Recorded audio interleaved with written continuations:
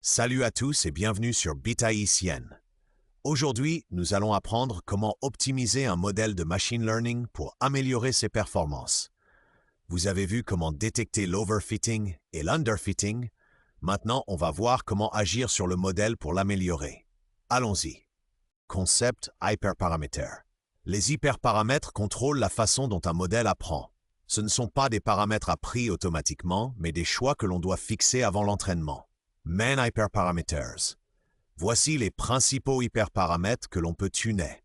Le learning rate, la taille du batch, le nombre d'époques, la taille du réseau, le nombre de couches et de neurones. Grid search, manual tuning. Pour optimiser les hyperparamètres, on peut soit les ajuster manuellement en observant les courbes, utiliser une recherche automatique comme le grid search ou le random search. Sur des projets réels, cela permet de gagner beaucoup de temps. Other optimizations. Voici d'autres techniques essentielles pour améliorer la performance d'un modèle et éviter l'overfitting. L'augmentation de données ou data augmentation, le dropout, la régularisation L1 ou L2, l'early stopping, pour arrêter l'entraînement au bon moment. Transition to demo. Voyons maintenant en pratique comment ces techniques influencent l'apprentissage. On va passer dans Google Colab pour une démonstration. On commencera par l'impact du learning rate, puis on regardera l'effet du dropout. Simple Tuning Demo. Voyons d'abord comment le learning rate influence la vitesse et la qualité d'apprentissage. Je vais entraîner le même modèle avec deux learning rates différents. On passe maintenant dans Google Colab. On commence par importer les bibliothèques nécessaires et on prépare le dataset MNIST. MNIST est parfait pour ce type de démonstration rapide. Je clique sur Run.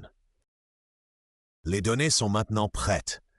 Nous avons 60 000 images pour l'entraînement et 10 000 pour le test.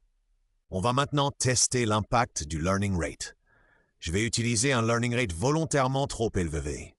Vous allez voir que cela déstabilise l'apprentissage. Je clique sur Run.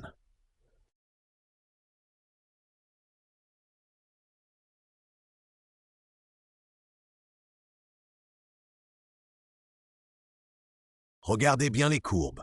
L'apprentissage est instable avec un learning rate trop grand. L'entraînement est terminé. On va afficher les courbes pour observer l'impact du learning rate élevé. Je trace maintenant les courbes pour visualiser l'impact d'un learning rate trop élevé. Je clique sur Run. Comme vous voyez, l'apprentissage est instable. Le modèle n'arrive pas à bien converger avec un learning rate trop élevé. On passe maintenant à un autre type d'optimisation, la régularisation. Je vais entraîner un modèle sans aucune régularisation. Pour vous montrer l'effet, je clique sur Run.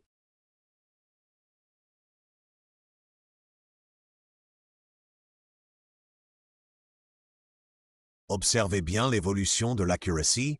Il est probable qu'on voit de l'overfitting apparaître. Le modèle est entraîné, on va maintenant ajouter du dropout et comparer les résultats. Maintenant, j'ajoute du dropout, ici 50%. Le dropout aide le modèle à mieux généraliser en évitant l'overfitting. Je clique sur Run.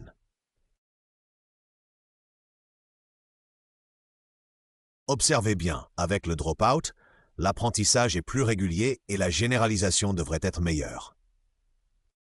Parfait. On va maintenant comparer visuellement les performances du modèle avec et sans dropout. Je trace maintenant les courbes de validation pour comparer l'effet du dropout.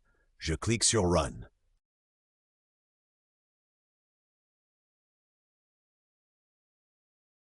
Comme vous le voyez, avec du dropout, la validation accuracy est plus stable et meilleure. C'est une technique très efficace pour réduire l'overfitting. Vous voyez que le tuning et l'optimisation peuvent avoir un impact énorme sur la qualité d'un modèle. Bien choisir le learning rate, ajouter de la régularisation comme le dropout ou utiliser le early stopping. Ce sont des techniques clés pour entraîner des modèles robustes.